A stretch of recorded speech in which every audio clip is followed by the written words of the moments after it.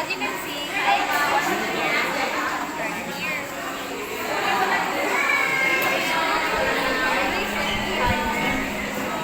So you all you have to do is to find the leaf with the head.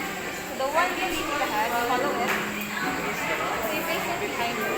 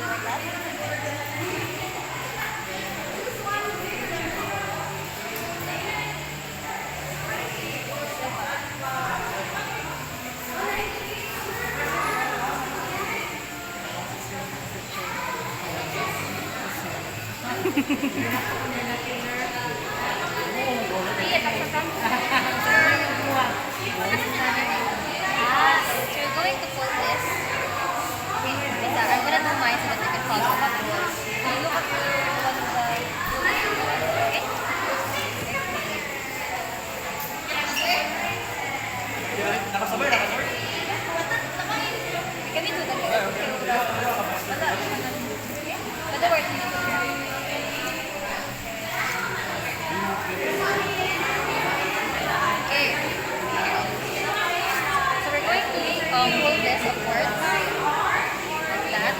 And then the one on the right, we're going to insert it here. Go around, same at the back. Okay. So at the back, you can insert it here. Then, the one here on bottom, hold it, twist, hold that.